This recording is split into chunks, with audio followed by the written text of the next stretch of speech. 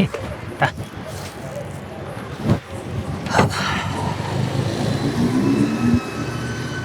ಬರ್ಬೇಕು ತಾನೆ ಸಿನಿಮಾಗೆ, ಇದ್ದಿದ್ದು ಒಂದು ರಜಾ. ಎಷ್ಟು ಚೆನ್ನಾಗಿತ್ತು ಗೊತ್ತಾ ಸಿನಿಮಾ. ಒಂದು ಸೀನ್ಗಂತೂ ಜನ ವಿಜಲ್ ಮೇಲೆ ವಿಜಲ್. ಎಂಥ ಮಜಾ ಸೀನ್ ಗೊತ್ತಾ ಅದು. ನಾನು ಹೇಳ್ತಿದ್ದೆ, ಹೀರೋ ಬೈಕಲ್ಲಿ ವೀಲಿಂಗ್ ಮಾಡ್ತಾ ಇದ್ದಿದ್ದಕ್ಕೆ ಧೂಳೆಬ್ಬುತ್ತೆ ಅಂತ ಹೀರೋಯಿನು ವೇಲಲ್ಲಿ ಮುಖ ಮುಚ್ಕೊಂಡಿರ್ತಾಳೆ. ಸರಿ ಡಸ್ಟು ಧೂಳು ಎಲ್ಲ ಕ್ಲಿಯರ್ ಆದಮೇಲೆ ವೇಲ್ ತೆಗಿತಾಳೆ. ನಮ್ಮ ಹೀರೋಗೆ ಲವ್ ಅಟ್ ಫಸ್ಟ್ ಸೈಟು.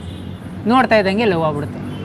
ಸರಿ ಮಾರನೇ ದಿವಸದಿಂದ ಅವಳನ್ನ ಫಾಲೋ ಮಾಡಿ ಅವಳು ಕಾಲೇಜ್ ವಾಚ್ಮ್ಯಾನ್ ಕಾಲೋ ಕೈಯೋ ಹಿಡಿದು ಎಣ್ಣೆ ಓಡಿಸಿ ಊಟ ಕೊಡಿಸಿ ಅವಳ ಮನೆ ಅಡ್ರೆಸ್ಸು ಡೀಟೇಲ್ಸು ಎಲ್ಲ ತಗೋತಾನೆ. ಮಾರನೇ ದಿನ ಡಿಲಿವರಿ ಬಾಯ್ ಥರ ಬಟ್ಟೆ ಹಾಕೊಂಡು ಅವಳ ಮನೆಗೆ ಹೋಗಿ ಡಿಲಿವರಿ ಆರ್ಡರ್ ಅಂತ ಬಿಲ್ ಮಾಡ್ತಾನೆ. ಇವಳು ಫುಡ್ಡು ಅಂತ ಈಸ್ಕೊಳಕ್ಕೆ ಆಚೆ ಬರ್ತಾಳೆ. ಬರ್ತಾ ಇದ್ದಂಗೆ ಅವಳು ಹಣೆಗೆ ಒಂದು ಮುತ್ತು ಕೊಟ್ಬಿಟ್ಟು ಅಲ್ಲಿಂದ ಓಡೋಗ್ಬಿಡ್ತಾನೆ. ಫಸ್ಟ್ ಹೀರೋಯಿನು ಕೋಪ ಬರುತ್ತೆ. ಆಮೇಲೆ ಅವಳು ಯೋಚನೆ ಮಾಡ್ತಾಳೆ, ಅರೆ ಯಾರು ಇಲ್ಲದೇ ಇರೋ ಟೈಮಲ್ಲಿ ನನ್ನ ತುಟಿಗೋ ಕೆನ್ನೆಗೋ ಮುತ್ತು ಕೊಡೋದ್ರ ಬದಲು ಹಣೆಗೆ ಮುತ್ತು ಕೊಟ್ಟಿದ್ದಾನೆ ಅಂದರೆ ಇವನು ಜೆಂಟ್ಲ್ಮೆನ್ನೇ ಇರಬೇಕು ಅಂತ ಯೋಚನೆ ಮಾಡ್ತಾಳೆ.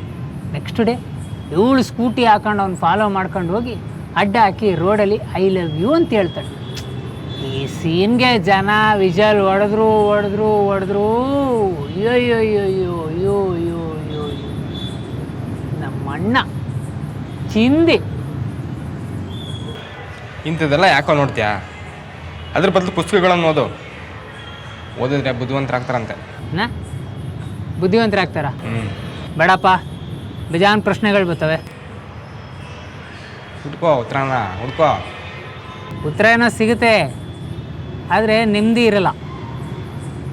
ನಾನು ದಡ್ಡಾಗೇ ಇರ್ತೀನಿ ಆರಾಮಾಗಿ.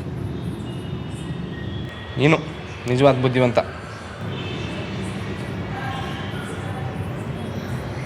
ಊಟಕ್ಕೆ ಹೋಗೋಣವಾ? ಹ್ಞೂ ಬಾ.